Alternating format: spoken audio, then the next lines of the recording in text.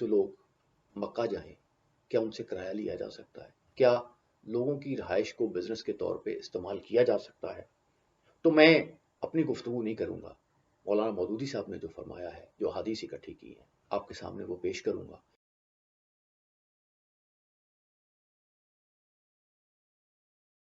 بسم اللہ الرحمن الرحیم۔ معزز خواتین و حضرات، حج اللہ تعالیٰ نے مسلمانوں پہ فرض کیا ہے، اور جو شخص بھی افورڈ کرے، جو مسلمان بھی افورڈ کرے، وہ بڑے ذوق و شوق کے ساتھ ارض مقدس کا رخ کرتا ہے اور وہاں سے فیاض و برکات سمیٹتا ہے اور اللہ کی رحمتیں تلاش کرتا ہے۔ مگر بہت سے لوگ ایسے بھی ہیں جنہوں نے حج کو بزنس بنا رکھا ہے۔ ہمارے ہاں حج کے حوالے سے بہت سے اسکینڈل بھی نکلے ہیں، اس میں بڑے بڑے لوگ انوالو تھے، اور بدقسمتی کی بات یہ ہے کہ یہ حج جو ہے، جو مسلمانوں کے لیے ایک مذہبی فریضہ ہے، اس کو بہت سے لوگوں نے کاروبار نہیں بنایا، بلکہ دوسروں کو لوٹنے کا، دوسروں کو پہ ظلم کرنے کا ایک ذریعہ بھی بنا دیا ہے۔ اس کے بہت سے پہلو ہیں، اکثر پڑھنے کا اتفاق ہوتا رہتا ہے۔ اللہ تعالیٰ نے مجھے بھی حج کی سعادت دی، اور مجھے بھی تمام جو مقدس مقامات ہیں ان کی زیارت نصیب ہوئی، تو میں اس کو اپنی غیر معمولی خوش قسمتی سمجھتا ہوں۔ حج جو ہے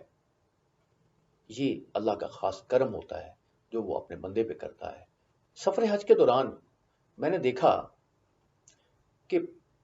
جو مکانوں کے کرائے ہیں، جو دکانوں کے کرائے ہیں، وہ عام دنوں کی نسبت بہت بڑھ گئے ہیں۔ ارض مقدس میں مہنگائی میں بہت اضافہ ہو گیا ہے۔ یہ دیکھ کے میں تھوڑا سا حیران بھی ہوتا تھا، پریشان بھی ہوتا تھا۔ مجھے مولانا مودودی یاد آتے تھے۔ مولانا مودودی نے سورہ حج کی 25ویں آیت ہے، جن لوگوں نے کفر کیا اور جو آج اللہ کے راستے سے روک رہے ہیں اور اس مسجد حرام کی زیارت میں مانے ہیں جسے ہم نے سب لوگوں کے لیے بنایا ہے، جس میں مقامی باشندوں اور باہر سے آنے والوں کے حقوق برابر ہیں، ان کی روش یقیناً سزا کی مستحق ہے۔ اس مسجد حرام میں جو بھی راستے سے ہٹ کر ظلم کا طریقہ اختیار کرے گا، اسے ہم دردناک عذاب کا مزہ چکھائیں گے۔ مولانا مودودی نے اس آیت کی تفسیر میں جو ان کی تفہیم القرآن تفسیر ہے، اس کی جلد 3 کے صفحہ 215 اور 216 میں بڑی تفصیل کے ساتھ اس بات پہ بحث کی ہے کہ کیا جو لوگ مکہ جائیں، کیا ان سے کرایہ لیا جا سکتا ہے؟ کیا ان کو مکانات کرائے پہ دیے جا سکتے ہیں؟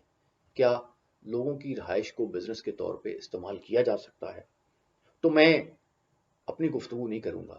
مولانا مودودی صاحب نے جو فرمایا ہے، جو احادیث اکٹھی کی ہیں، میں صرف آج آپ کے سامنے وہ پیش کروں گا، اور میں چاہوں گا کہ جو صاحب علم ہیں وہ مزید اس سلسلے میں میری رہنمائی فرمائیں۔ عبداللہ بن عمر رضی اللہ تعالیٰ عنہ کی روایت کہ نبی صلی اللہ علیہ وسلم نے فرمایا، مکہ مسافروں کے اترنے کی جگہ ہے، نہ اس کی زمینیں بیچی جائیں اور نہ اس کے مکان کرائے پر چڑھائے جائیں۔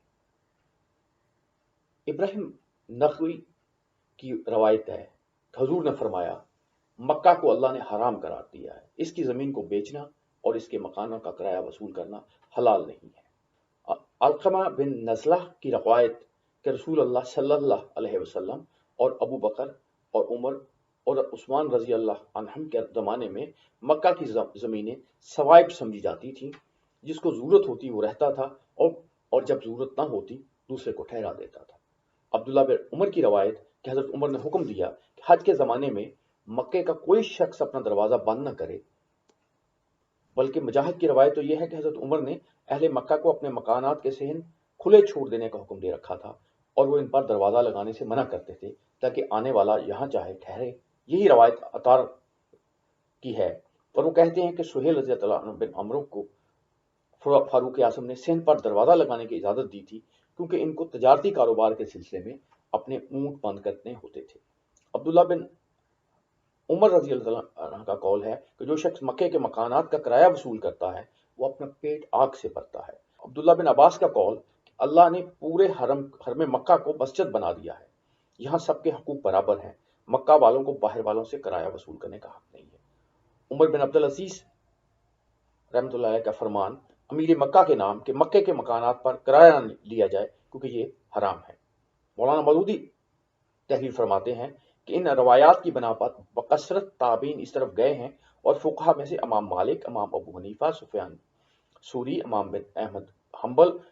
امام احمد بن حنبل اور اسحاق بن راہویہ کی یہی بھی رائے ہے کہ اراضی مکہ کی بیع اور کم از کم موسم حج میں مکہ کے مکانوں کا کرایہ جائز نہیں۔ البتہ بیشتر فقہا نے مکے کے مکانات پر لوگوں کی ملکیت تسلیم کی ہے اور ان کی بحثیت عمارت نہ کہ بحثیت زمین بیع کو جائز قرار دیا ہے۔ یہی مسلک کتاب اللہ اور سنت رسول اللہ اور سنت خلفائے راشدین سے قریب تر معلوم ہوتا ہے،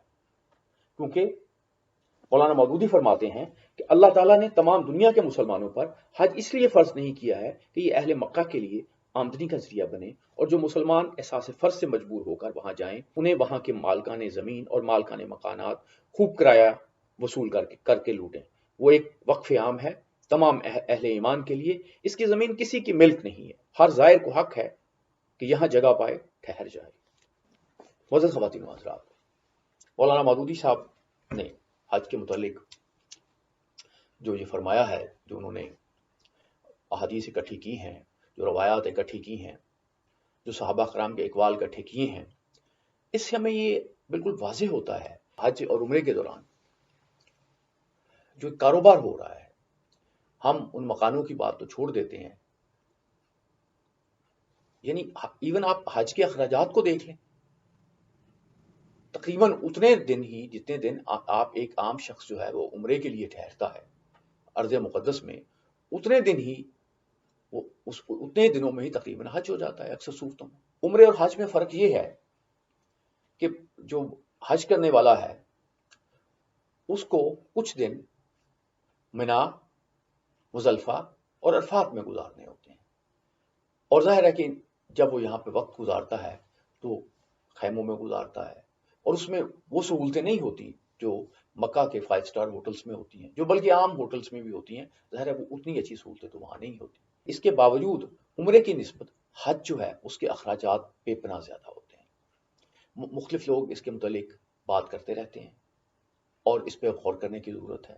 حج کے اخراجات کو کم کرنے کی ضرورت ہے، اس کو چیزوں کو ریشنلائز کرنے کی ضرورت ہے، اور یہ تھوڑا سا دیکھنے کی ضرورت ہے کہ اگر اس طرح سے ہو رہا ہے تو اس میں سے کوئی ناجائز فائدہ تو نہیں اٹھا رہا۔ حج کرنا فرض ہے، عمرہ کرنا بڑا ثواب کا کام ہے، لیکن حج اور عمرہ کو اپنے مفاد کے لیے استعمال کرنا، اس کے ذریعے لوگوں کو لوٹنا، اس کے ذریعے لوگوں پہ ناجائز بوجھ ڈالنا، یہ کوئی مناسب بات نہیں ہے۔ اس میں جو لوگ بھی انوالو ہیں اور جو لوگ اس سلسلے میں کچھ ایفرٹ نہیں کرتے اس معاملات کو درست کرنے کی، کیونکہ اگر حج اور عمرے کے اخراجات کم ہوں تو اس سے زیادہ سے زیادہ لوگ استفادہ کر سکتے ہیں۔ بہت سے لوگ تو ہمارے ہاں ماشاءاللہ ایسے ہیں جو حج اور عمرہ جو ہے جب وہ اس کا سیزن آتا ہے تو وہ بہت سے لوگوں کو حج اور عمرے پہ بھجواتے ہیں۔ اس کے علاوہ ہمارے ہاں اللہ نے بہت سے ایسے لوگوں کو بھی توفیق دے رکھی ہے جو ماہ رمضان المبارک میں وہاں پہ لوگوں کی افطاریوں کا اور بڑے وسیع پیمانے پہ افطاریوں کا انتظام کرواتے ہیں۔ اس کے علاوہ وہاں پہ ہم دیکھتے ہیں عام دنوں میں بھی لوگوں کی رہائش، بہت سے لوگوں نے جو ہمارے پاکستانی، میں بہت سے لوگوں کو جانتا ہوں، میں انہیں سلام کرتا ہوں کہ انہوں نے وہاں پہ رہائشیں لی ہوئی ہیں۔ وہاں پہ حاجی اور عمرہ کرنے والے لوگ جو ہیں مفت ٹھہرتے ہیں اور ان کی خدمت کی جاتی ہے، وہاں لنگر چلتے ہیں۔ یہ تو ایک ایسی وہاں پہ ایک بابرکت صورتحال ہے جس کا میں تذکرہ کروں تو اس کے لیے تو بہت لمبا وقت درکار ہوگا، لیکن جو شخص بھی حج اور عمرے پہ گیا ہے اس کی ایسے لوگوں سے ملاقات ضرور ہوئی ہوگی جو بڑے خضوع و خشوع سے دل سے یہ سارا کام کرتے ہیں اور حاجیوں کی خدمت کرتے ہیں، عمرہ کرنے والوں کی خدمت کرتے ہیں۔ اور اس میں یہ بھی کہوں گا سعودی عرب کے جو انتظامات ہوتے ہیں حج کے، اتنا بڑا اجتماع ہوتا ہے لاکھوں کا، اور اس میں وہ بڑی سعودی حکومت جو ہے وہ بڑے اچھے طریقے سے حج کا اہتمام کرتی ہے، اور وہ ساری چیزیں بھی اپنی جگہ پہ ہیں اور وہ قابل تحسین بھی ہیں۔ وہاں کے صفائی کے انتظامات، وہاں پانی کے انتظامات، وہاں کے دوسرے انتظامات ہیں، ان کی بالکل تعریف کی جائے۔ لیکن مولانا مودودی صاحب نے تفہیم القرآن میں جو احادیث درج کی ہیں یہ ہمیں تھوڑا سا سوچنے کے لیے بھی مجبور کرتی ہے، ہمیں یہ بھی بتاتی ہے کہ حج اور عمرہ کرنا تو بہت بڑا کام ہے، بہت بڑے ثواب کا کام ہے، لیکن اس کے ذریعے ناجائز فائدہ اٹھانا یہ بالکل مناسب نہیں ہے، اور یہ بالکل آپ کہہ سکتے ہیں کہ یہ اپنے پیٹ میں آگ بھرنے والی بات ہے۔ تاکہ میں یہ چاہوں گا اس پہ تھوڑی سی گفتگو ہو، اس پہ صاحب علم لوگ جو ہیں وہ آگے آئیں، وہ ہماری رہنمائی کریں کہ اس میں یہ سب کچھ کیوں ہو رہا ہے؟ اگر ایسا ہو رہا ہے تو پھر میرا خیال ہے کہ ان کو ہمارے ساتھ اٹھ کے کھڑا ہونا چاہیے، اس میں کچھ نہ کچھ اصلاح کے پہلو لانے چاہیے، تاکہ پاکستان سے ہی نہیں دنیا بھر سے لوگ جو ہیں وہ زیادہ تعداد میں حج کا فرض ادا کریں، عمرہ کرنے جائیں۔ اور ظاہر ہے یہ حج اور عمرہ جو ہے یہ ایمان کو ایک تازگی عطا کرتا ہے،